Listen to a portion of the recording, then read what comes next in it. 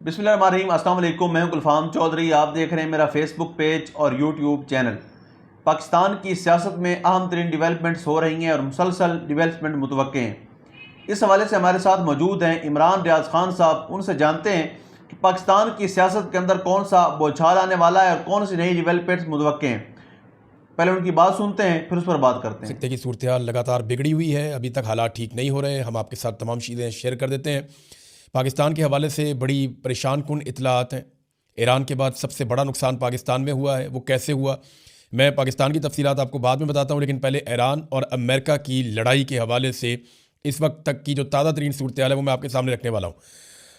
लड़ाई में बहुत सारे और ममालिक अब कूदना शुरू हो गए हैं, जिनमें सबसे पहले बरतानवी वज़ीर आज़म ने अमेरिका को अपनी मिलिट्री बेसिस ईरान पर हमलों के लिए इस्तेमाल करने की इजाज़त दे दी है। इससे पहले बरतानिया ने मना किया था, लेकिन क्योंकि अमेरिका के जो भी हथियार ईरान की रेंज में है, तो ईरान लगातार उनके ऊपर अटैक कर रहा है और शायद इस सूरत हाल का अंदाज़ा नहीं था अमेरिका को। तो अब बरतानवी बेसिस को इस्तेमाल करना चाहता है अमेरिका। उससे ज़रा फ़ायदा ये होगा कि कुछ बेसिस ईरान की रेंज से बाहर है। एक ये भी इतला आई है कि साइप्रस जो है वो तुर्की के पास है और यूनान के पास है आधा, और बीच में कुछ एरिया जो है वो बरतानिया के पास भी है, और वहाँ पे बरतानिया की मिलिट्री बेस है, उसके ऊपर भी ईरान ने मिसाइल दागा है, वहाँ पे भी हमला किया है। और फ्रांस, जर्मनी और बरतानिया का एक मुश्तरका बयान भी आया, यानी अब ये ममालिक आहिस्ता आहिस्ता इस जंग का हिस्सा बनने की तरफ आ रहे हैं।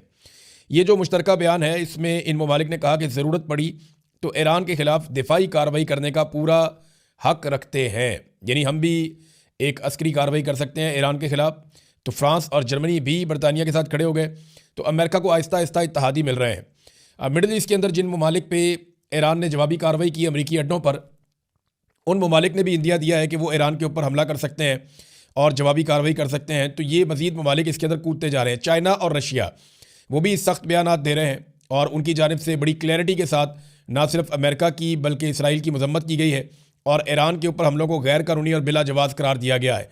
बल्कि उन्होंने शदीद इन चीज़ों की मजम्मत की है और सुप्रीम लीडर आयतुल्लाह खामनाई की शहादत के ऊपर ज़ोरदार तरीके से आवाज़ उठाई है।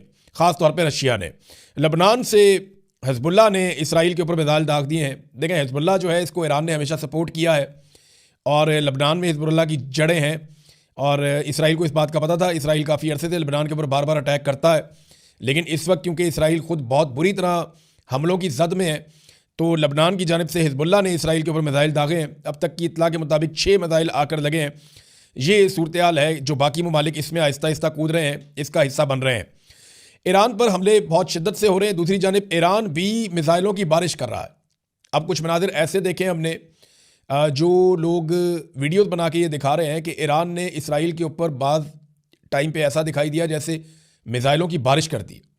बहुत ज़्यादा मिसाइल जाकर गिरे हैं, और जो कतर के अंदर अमरीकी बेसिस हैं वहाँ पे बहुत ज़्यादा ईरानी मिसाइल जाकर गिरे हैं। और कुछ मिसाइल अब वो ये बता रहे हैं कि पहले जो मिसाइल आ रहे थे उनकी रफ्तार और तरह थी, वो दिखाई भी दे रहे थे, लेकिन अब जो मिसाइल आ रहे हैं वो तो दिखाई भी नहीं देते, बहुत रफ्तार से आ रहे हैं। उनका सिर्फ धमाका सुनाई देता है और वो सिर्फ आवाज़ आती है उनकी। तो अब ईरान जो है वो हाइपरसोनिक या बहुत जदीद हथियार इस्तेमाल करना शुरू हो गया। ईरान के पास हथियार हैं कितने, इसके बारे में मैं आपको ये बताता हूँ, क्योंकि बहुत सारे लोग ये सवाल पूछ रहे हैं कि ईरान के पास कितने मिसाइल हैं और वो कितने दिनों तक इन मिसाइलों का इस्तेमाल कर सकता है। तो ये ज़ख़ीरे के बारे में ना कोई भी मुस्तनद इन्फॉर्मेशन नहीं है। अमेरिका और इसराइल के जो सोर्सेज हैं उनका अंदाज़ा है कि ईरान के पास 3 से 5 हज़ार मिसाइल हैं, और ये ऐसे मिसाइल हैं जो खौफनाक मिसाइल हैं। यानी अगर वो रोज़ाना भी 100-150 मिसाइल चलाए, 200 मिसाइल चलाए, तो तब भी वो 1 महीने तक ये लड़ाई लड़ सकता है। यानी 3000 से लेकर लगभग 5000 तक के मिसाइलों का एस्टीमेट है अमेरिका के पास और इसराइल के पास।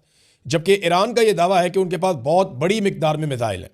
जो पुराने मिसाइल हैं ईरान के पास, जो वो हमेशा से इस्तेमाल करता चला है रवायती मिसाइल, वो तो उन्होंने बहुत सारे बनाए हुए हैं, लेकिन जो जदीद मिसाइल हैं उनकी गिनती थोड़ी है।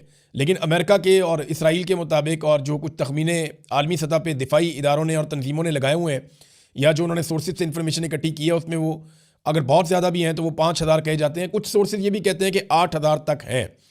तो ईरान काफ़ी देर तक ये लड़ाई कर सकता है। अगर वो इस लड़ाई को वक्फे के साथ करे तो वो काफ़ी नुकसान भी पहुंचा सकता है। अच्छा, क्या ईरान में रजीम तब्दील किया जा सकता है? देखें, ये सारा मामला हो तो इसलिए रहा है कि ईरान को दबाव में लिया जाए और ईरान को उन शराइत पर लाया जाए जिन शराइत के ऊपर अमेरिका और इसराइल राज़ी हो जाए, और इसराइल के लिए ख़तरा हमेशा के लिए टल जाए या ख़त्म हो जाए। या अरब ममालिक भी अपने आप को ईरान से एक ऐसा मुल्क समझेंगे जिसको अब ईरान की तरफ से कोई खतरा नहीं है। हालांकि ईरान के मामलात अरबों के साथ कभी उतने बुरे उस तरह रहे नहीं, ज़्यादा उनका फड्डा जो है वो इसराइल के साथ ही रहा है। बहरहाल क्या ईरान में रजीम तब्दील किया जा सकता है? तो अब तक जो सूरत दिखाई दे रही है उसमें डोनाल्ड ट्रंप बार बार अपील कर रहे हैं ईरान की आवाम से कि आप निकलें और निकल कर आप हुकूमत पे कंट्रोल करें। और डोनाल्ड ट्रंप बार बार अपील कर रहे हैं ईरानी फोर्सेस पे, धमकी भी लगाते हैं, अपील भी करते हैं कि जनाब आप हथियार फेंक दें और इस लड़ाई का हिस्सा ना बने और आप हुकूमत की बात ना सुने। इस किस्म के पैगामात जो हैं वो हैकर्स फैला भी रहे हैं और जो मुसाद है इसराइली एजेंसी वो बहुत ज़्यादा इसमें प्रोपेगेंडा करने में तेज़ है। वो वहाँ पे ईरान के अंदर भी प्रोपेगेंडा करवा रहे हैं। लेकिन इसके बावजूद जो बात साफ दिखाई देती है, ज़मीन पर उतरे बगैर ईरान में रजीम चेंज करना शायद मुमकिन नहीं होगा। आयतुल्लाह ख़ामनेई जो हैं वो उनकी उम्र देखें ना, अब 86 साल उनकी उम्र थी। इस उम्र के अंदर वो शहीद हो गए।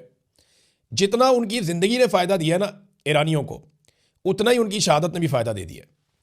यानी जो उन्हें इस बात का आइडिया था, अब कुछ लोग ये कह रहे हैं तज्ज़ियाकार के आयतुल्लाह ख़ामनेई खुद शहीद होना चाहते थे और उनकी ये ख्वाहिश थी कि उनको शहीद कर दिया जाए, क्योंकि वो ये जानते थे कि अगर उन्हें शहीद कर दिया गया तो उसके बाद ईरान में रजीम चेंज करना जो है वो बहुत मुश्किल हो जाएगा, क्योंकि आवाम की एक बहुत बड़ी वेव खड़ी हो जाएगी और एक बड़ी हमदर्दी मिल जाएगी आयतुल्लाह ख़ामनेई और उनके हमायतियों को। तो उसके बाद रजीम चेंज करना शायद मुमकिन नहीं रहेगा। तो अब यही सूरत हाल ईरान में देख रहे हैं, बहुत बड़े बड़े मुजाहरे हो रहे हैं, बहुत बड़ी तादाद में लोग यकजहती के लिए निकल रहे हैं, अमेरिका के ख़िलाफ़ निकल रहे हैं, इसराइल के ख़िलाफ़ निकल रहे हैं। तो ये चीज़ें नॉर्मली जंग के दिनों में ऐसे होती नहीं, लेकिन यहाँ पे हम होती हुई देख रहे हैं। तो वो जो ख्वाहिश थी एक आयतुल्लाह ख़ामनेई की कि उनकी मौत भी ईरान के काम आए, तो वो ऐसा लगता है कि वो काम आई है। तो ईरान में अगर रजीम तब्दील करना है तो ग्राउंड पे फोर्सेस को उतारना पड़ेगा और फिर एक लंबी लड़ाई के नतीजे में ही रजीम तब्दील हो सकता है। और अभी आप वैसे कुछ कह नहीं सकते, बहुत कंफर्म इत्तला आप नहीं दे सकते, क्योंकि ईरान के अंदर एक बागियों का या आप कह लें गद्दारों का भी एक बहुत बड़ा हुजूम है। बहुत सारे गद्दारों को पहले ही सज़ाए मौत दी गई है, बहुत सारे गद्दारों को ईरान में सज़ाएँ दी गई हैं। और ये भी अभी जो जिन लोगों ने ये इन्फॉर्मेशन दी है, जो जासूसी करते रहे हैं, वो भी ईरान के अंदर ही मौजूद हैं सारे लोग। तो ये आप कह नहीं सकते कुछ कि कल क्या हो जाएगा, लेकिन रजीम तब्दील करने के लिए ऐसा लगता है कि ज़मीन पे आना पड़ेगा। और यही सूरत हाल जो है वो अफ़गानिस्तान की भी है। अगर अफ़गानिस्तान के अंदर पाकिस्तान चाहता है कि रजीम तब्दील कर दिया जाए तो ग्राउंड फोर्सेस के वहाँ पे जाकर कंट्रोल करने तक ये नहीं हो सकेगा। देखिए ना, अमेरिकन ने जब अफ़गानिस्तान में रजीम तब्दील किया था 9/11 के बाद, तो वो तब तक नहीं हुआ था जब तक कि अमेरिकन फोर्सेस ग्राउंड पे नहीं उतर गई थी और फिर उन्होंने अपनी कठपुतली हुकूमत बनाई थी। अगर पाकिस्तान ये चाहता है कि अफ़गानिस्तान के अंदर हुकूमत तब्दील हो जाए तो वो खाली हवा से बम मार के या मिसाइल मार के आप नहीं कर सकते। ये तालिबान जाएंगे, जाके पहाड़ों में छुप जाएंगे, वहाँ से हुकूमत चलाएंगे, कोई और हुकूमत कंट्रोल कर ही नहीं पाएगा, ये उनको मारेंगे। तो आपको ग्राउंड के ऊपर मुस्तकिल अपनी फ़ौज बैठानी पड़ेगी अगर रजीम तब्दील करना है। और यही सूरत हाल ईरान की है। अभी जो एक बड़ा अटैक हुआ है वो चाबहार की जो बंदरगाह है ईरान की, जिस पे चाइना ने बहुत इन्वेस्टमेंट की हुई है, वहाँ पे इसराइली और अमरीकी तैयारे बमबारी कर रहे हैं। और ये चाबहार की जो बंदरगाह है लगभग 70-80 मील दूर है पाकिस्तान गवादर से, ज़्यादा दूर नहीं है। उस तरफ जो है वो चाबहार की बंदरगाह है, इस तरफ जो है वो बंदरगाह है गवादर की। तो ये पाकिस्तान से ज़्यादा दूर नहीं है। वहाँ पे चाबहार के एरिया में बमबारी हो रही है और उसे जी बिल्कुल, जिस तरह से आपने सुना, इमरान रियाज खान साहब ने पाकिस्तान की सियासत में अहम तरीन डेवलपमेंट्स हमारे सामने रखी और उन्होंने बताया कि पाकिस्तान की सियासत में कितनी बड़ी तब्दीलियाँ मज़ीद मुतवक्के हैं। यानी इस वक्त पाकिस्तान की सियासत इंतहाई मुतनाज़ बनी हुई है और सियासत से ज़्यादा मामलात अदालतों के अंदर चले गए हैं। लेकिन इस सूरत हाल के अंदर फिर भी अगर ये सियासतदान इकट्ठे होकर बैठें और पाकिस्तान के अंदर जमहूरियत की बहाली के लिए कोशिश करें तो कोई ना कोई मुतवाज़िन रास्ता निकल सकता है।